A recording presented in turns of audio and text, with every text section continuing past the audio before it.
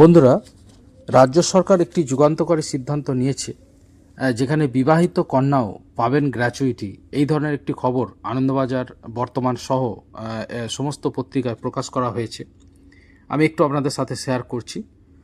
বলা হয়েছে যে কর্মরত অবস্থায় রাজ্য সরকারি কর্মচারীর মৃত্যু হলে তার বিবাহিত কন্যা সন্তানও ডেথ গ্র্যাচুইটি পাবেন। ইতিমধ্যে এ সংক্রান্ত বিজ্ঞপ্তি অর্থ দপ্তর থেকে প্রকাশ করা হয়েছে এবং সেখানে অবসরপ্রাপ্ত কোনো রাজ্য সরকারের কর্মীর ক্ষেত্রে একই বিধি কার্যকর হবে। এতদিন বিবাহিত এবং বিবাহ বিচ্ছিন্না কন্যা সন্তানেরা এই সুবিধা পেতেন না, যা নিয়ে আইনি লড়াইও হতো।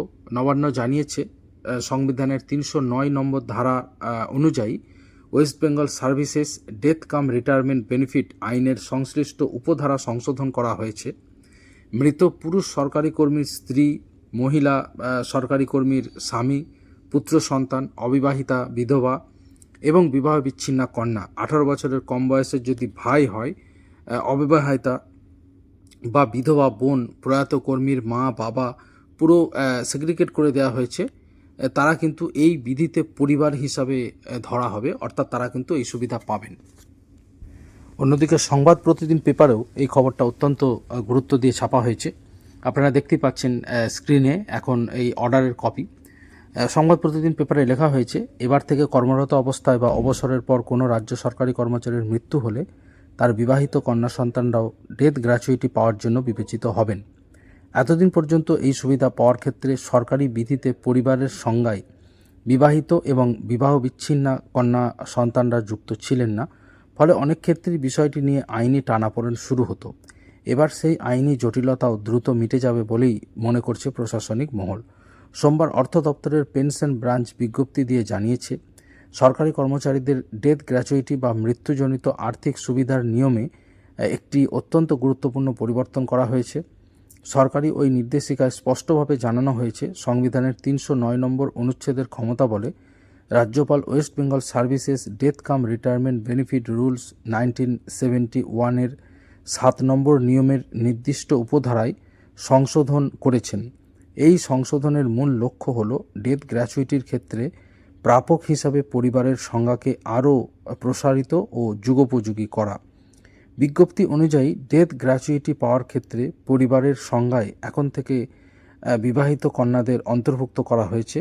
এবার থেকে পরিবার বলতে বোঝানো হবে 1 মৃত পুরুষ কর্মীর স্ত্রী, 2 মহিলা কর্মীর স্বামী, 3 সৎ পুত্র সহ পুত্র সন্তান, 4 অবিবাহিতা বিধবা এবং বিবাহ বিচ্ছিন্না কন্যা, সৎ কন্যা সহ, এবং 18 বছরের কম বয়সী ভাই, অবিবাহিতা বা বিধবা বোন, প্রয়াত কর্মীর বাবা, প্রয়াত কর্মীর মা এবং বিবাহিত কন্যা সন্তানকেও অন্তর্ভুক্ত করা হয়েছে। আপনারা বিজ্ঞপ্তিটা দেখে নিতে পারেন, আমি অলরেডি স্ক্রিনে বিজ্ঞপ্তিটা দিয়েছি। রাইটার্স বিল্ডিং থেকে বিজ্ঞপ্তিটা প্রকাশ করা হয়েছে, পেনশন ব্রাঞ্চ সেখানে অবস্থিত। বিজ্ঞপ্তির শেষে একটি অত্যন্ত তাৎপর্যপূর্ণ নোট বা বিশেষ দ্রষ্টব্য উল্লেখ করা হয়েছে, যা বহু পরিবারের দীর্ঘদিনের আইনি জটিলতা মেটাতে সাহায্য করবে। জানানো হয়েছে, এই নতুন নিয়ম বলবৎ হওয়ার আগে যদি কোনো সরকারি কর্মচারীর মৃত্যু হয়ে থাকে এবং তার বিবাহ বিচ্ছিন্না বা বিবাহিত কন্যাদের গ্র্যাচুইটি পাওয়ার ক্ষেত্রে কোনো আবেদন বা দাবি এখনও অমীমাংসিত অবস্থায় পড়ে থাকে, তবে সংশ্লিষ্ট প্রশাসনিক দপ্তর এই নতুন বিজ্ঞপ্তির বলে সেই কেসগুলি নতুন করে বিবেচনা করে নিষ্পত্তি করতে পারবে।